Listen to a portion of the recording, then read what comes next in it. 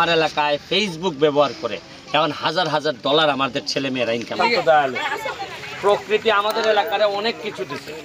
আমার কাছে ভাগ্যবান আমি মনে করি যে এই কারণে যে আমি এমন এক এলাকার এমপি, এইখানে প্রতিটা জায়গায় মনে হয় যে একটা পর্যটনের একটা জায়গা।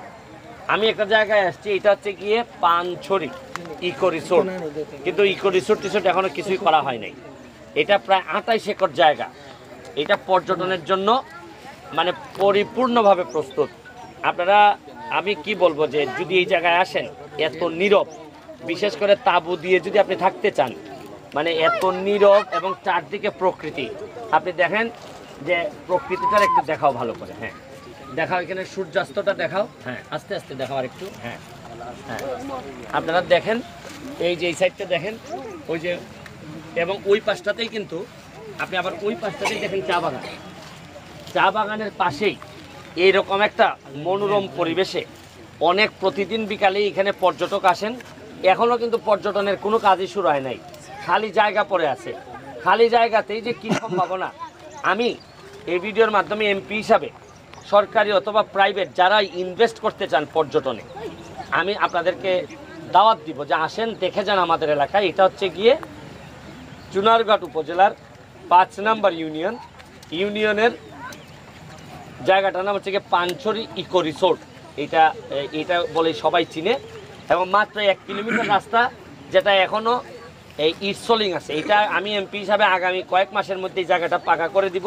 তাইলে একেবারে চা বাগানের ভিতর দিয়ে আপনি মাত্র 3.5 থেকে 4 ঘন্টার মধ্যে ঢাকা থেকে আপনি এই জায়গায় আসতে পারবেন, থাকতে পারবেন, বা যা যা ব্যবস্থা দরকার আমারে যদি বলেন আমি ব্যবস্থা করব।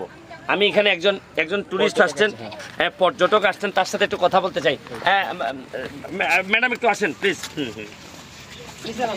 হ্যাঁ হ্যাঁ হ্যাঁ ম্যাডাম, আপনি তো ঢাকা থেকে আসছেন, এখন দেখতেছেন এটা কেমন লাগতেছে একটু যদি বলতেন। জায়গাটাতে আসলে অত্যন্ত আকর্ষণীয়, আর নিজের দেশ এমনিতেই মায়া বেশি, আর দেশ বিদেশ ঘোরার কারণে তো আসলে অনেক কিছু যখন আমরা দেশের বাইরে দেখি তখন ভিতরে একটা আফসোস তৈরি হয়, কেন যে আমার দেশে নাই কেন, আমার দেশে কখন হবে। তো আমি পদ্মা সেতুর একটা কথা বলি যে 2012 সালে এটা ছিল প্রস্তাবনা, তো প্রস্তাবনাটা যখন পাস হয় 2022 সালে ওইটা ছিল বাস্তবতা। তো 12 সালের যেটা ছিল প্রস্তাবনা, 22-এ সেটা ছিল হচ্ছে বাস্তবতা। আপনি যে স্বপ্নটা দেখছেন এই চুনারঘাট মাধবপুর নিয়ে বা এই এরিয়াতে এসেই যখন বলতেছিলেন যে এইখানে অনেকগুলা তাঁবু দিয়ে খুব চমৎকার একটা রিসোর্টের মতো একটা ব্যবস্থাপনা, আসলে তো জায়গাটা অসাধারণ।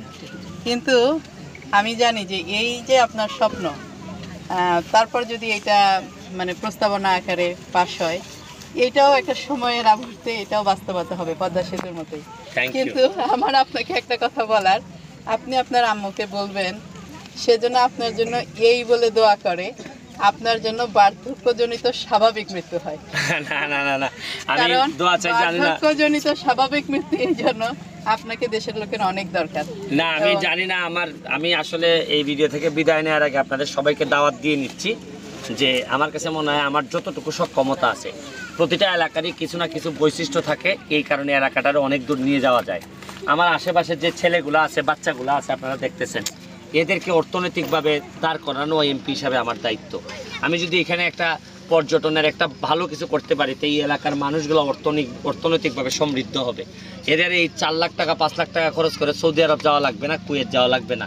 নিজের দেশে বসেই আপনারা জানেন যে আমার এলাকায় ফেসবুক ব্যবহার করে এখন হাজার হাজার ডলার আমাদের ছেলেমেয়েরা ইনকাম করতেছে। ভাই আমরা কি ছোট্ট একটা আইকিউ টেস্ট করবো যে এইখানে পর্যটন নগরী হলে কিভাবে এইখানকার অধিবাসীরা আর্থিকভাবে বেনিফিটেড হবে, ওনাদের কি এই বিষয়ে কোনো ধারণা আছে কিনা? না, এখনো পুরোপুরি আসলে এই এলাকার মানুষ এখনো বুঝে উঠতে পারে নাই, অল্প অল্প করে বুঝে উঠতে পারবে। দেখেন কক্সবাজার শুধু সমুদ্র থাকার কারণে এই এলাকার মানুষ অর্থনৈতিকভাবে অনেক উপরে চলে গেছে। তো এইটা একটা স্বাভাবিক, এখানেও যদি আপনি পর্যটক নিয়ে আসতে পারি, দেখবেন এই এলাকার মানুষের ভাগ্য বদলাই দিতে পারবো। আমি জন্মের পরে আমার যে এলাকাটা পাইছিলাম, অথবা এমপি হিসাবে শপথ নেওয়ার সময় যে এলাকা পাইছিলাম, আমি মৃত্যুর আগে এর চেয়ে ভালো একটা এলাকা রেখে যেতে চাই। শুধু এলাকা না, আমার চেয়েও আরও যোগ্যতা সম্পন্ন মানুষ আমি এলাকায় রেখে যেতে চাই, তাতে আমার মৃত্যু অনেক বেশি শান্তিপূর্ণ হবে, সার্থক হবে। আজকের মতো বিদায় নিচ্ছি পানছড়ি থেকে, পানছড়ি ইকো রিসোর্টের জায়গা থেকে। ভালো থাকবেন, সুস্থ থাকবেন।